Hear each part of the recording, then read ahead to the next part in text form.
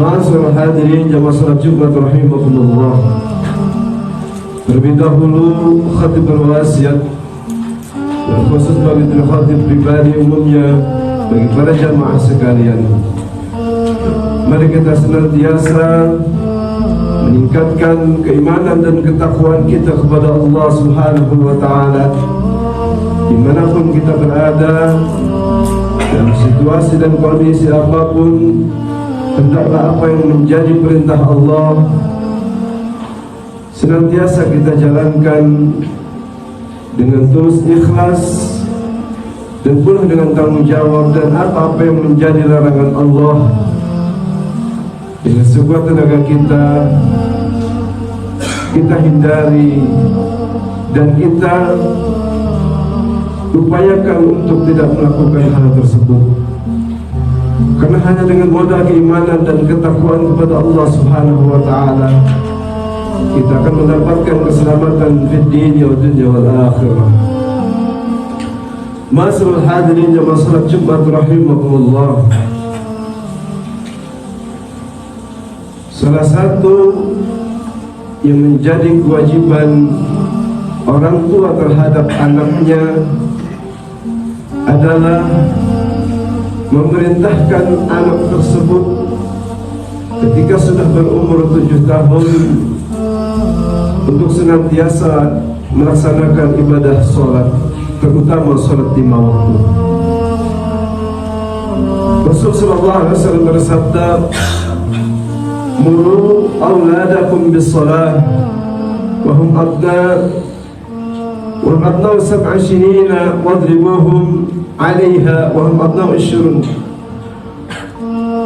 wa farriqu bainahum fil madaji'." Hadis ini terdengarnya sepele, akan tetapi banyak di antara kita yang tidak memperdulikan kewajibannya terhadap anaknya. Banyak di antara kita yang anaknya sudah mencapai umur 7 tahun, tapi ketika datang waktu sholat dia hanya mementingkan dirinya sendiri saja, tidak memperdulikan anaknya mau sholat atau tidak. Padahal Rasul sallallahu alaihi wasallam memerintahkan muru auladakum.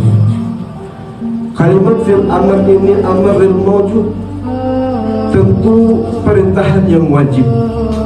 Kalau tidak melaksanakannya, maka orang tua tersebut berdosa di mata Allah Subhanahu wa taala. Dan tentu ketika kita memerintahkan anak untuk melaksanakan ibadah salat, ilmu yang berkaitan dengan salat itu sendiri wajib kepada kedua orang tua untuk mengajarkannya.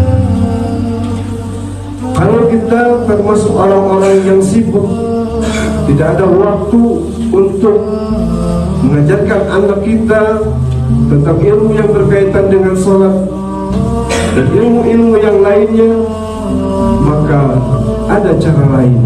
Panggil guru ke rumah kita, atau anak kita titipkan di tempat-tempat yang di situ diajarkan ilmu agama.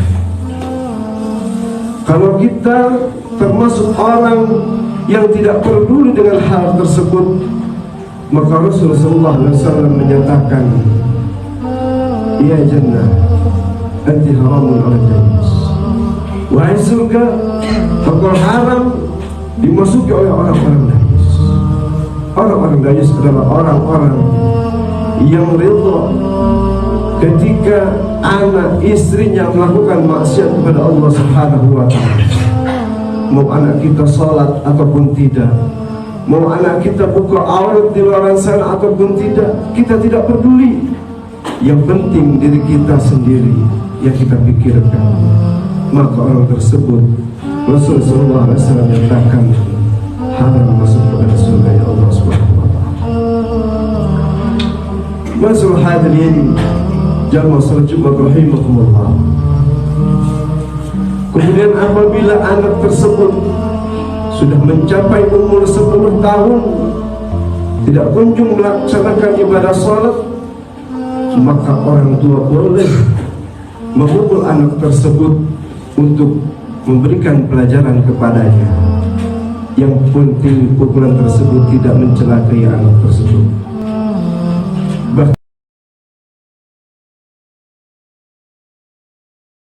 Bahkan di dalam kitab dijelaskan sunnah kepada kedua orang tua kita, kepada kedua orang tuanya, memberikan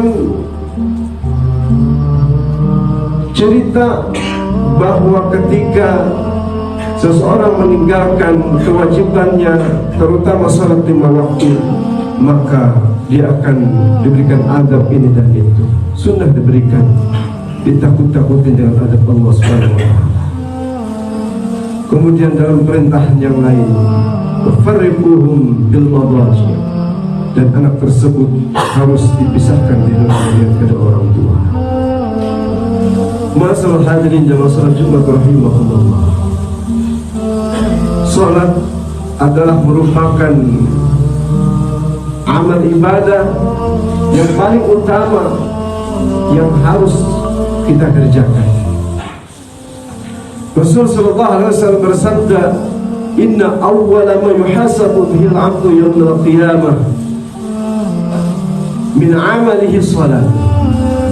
Sesungguhnya amal yang paling pertama dimintakan pertanggungjawaban di hadapan Allah Subhanahu wa ta'ala dari seluruh amalnya, salatu, yaitu salatnya. Wa in saluhat faqad aflaha wa anjah. Apabila salatnya dinyatakan baik, maka dia termasuk orang yang beruntung dan orang yang selamat. Wa in fasadat faqad khaba wa khasira. Akan tetapi apabila salatnya rusak, maka dia termasuk orang-orang yang merugi dan celaka.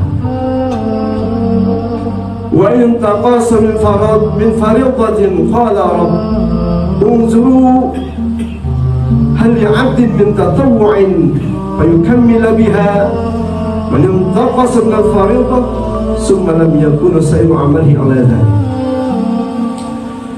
Apabila seseorang di dalam salat wajibnya terdapat kekurangan, maka lihatlah wahai malaikat, adakah dalam hamba tersebut amalan-amalan sunnahnya. Apabila ada amalan-amalan sunnahnya, maka sempurnakanlah kekurangan dari ibadah wajibnya dengan pahala sunnah tersebut. Masalah hadirin dan masalah Jumat rahimahullah.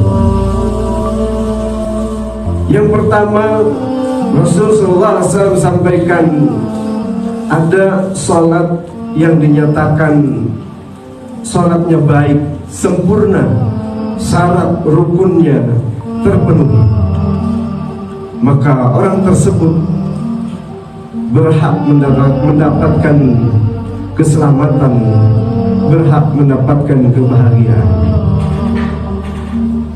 Dan juga ada yang dinyatakan salatnya yang rusak, tidak memenuhi syarat dan rukunnya, makanya harus ada di antara yang 7 hari itu, ada beberapa hari yang kita fokuskan untuk memperdalam bagaimana mengetahui ilmu-ilmu tentang sholat itu sendiri.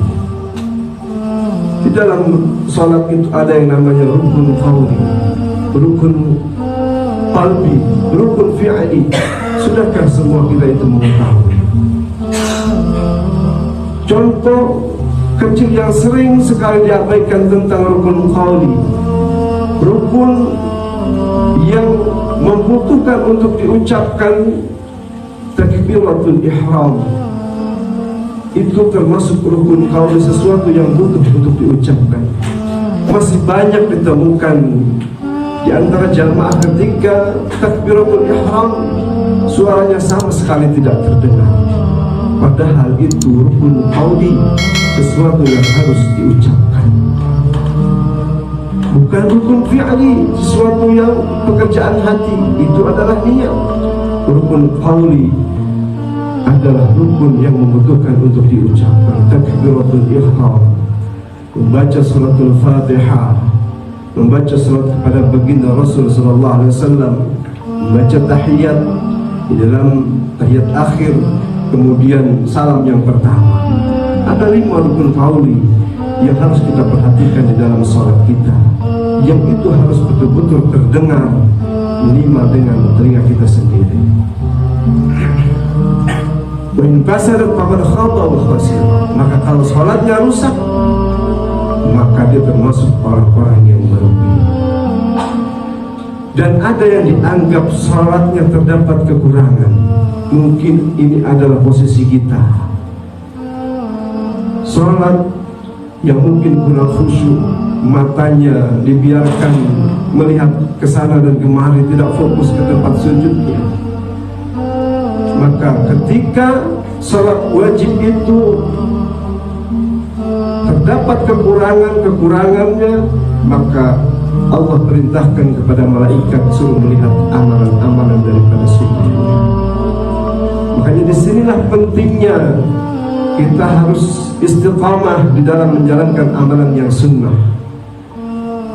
Jangan mentang-mentang di dalam kaidah dikatakan ma yusabu ala fa'li wa la yu'aqabu ala tarki.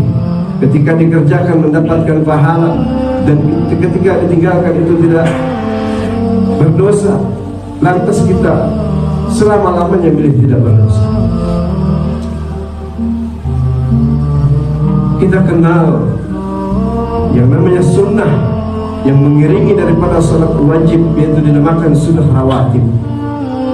Di dalam sunnah rawatib itu ada yang berhukum ghair muakkad, ada yang muakkad. Di dalam hadis yang sahih dikatakan ada 10 rakaat yang dinyatakan berhukum muakkad, dan kalau bisa kita jangan sekali-kali meninggalkan sunnah tersebut. Yang pertama 2 rakaat sebelum salat subuh. Yang kedua 2 rakaat sebelum salat zuhur, 2 rakaat setelah salat zuhur, 2 rakaat setelah salat maghrib, dan 2 rakaat setelah salat isya. 2 rakaat sebelum salat subuh, 2 rakaat sebelum salat zuhur, 2 rakaat sesudah salat zuhur, 2 rakaat sesudah salat maghrib, 2 rakaat sesudah salat isya. Yang sebelum dinamakan qabliyah, yang sesudah dinamakan ba'diyah. Mudah-mudahan Allah senantiasa memberikan taufik hidayah kepada kita untuk senantiasa istiqamah di dalam menjalankan sunnah-sunnah dan baginda Rasul Muhammad SAW.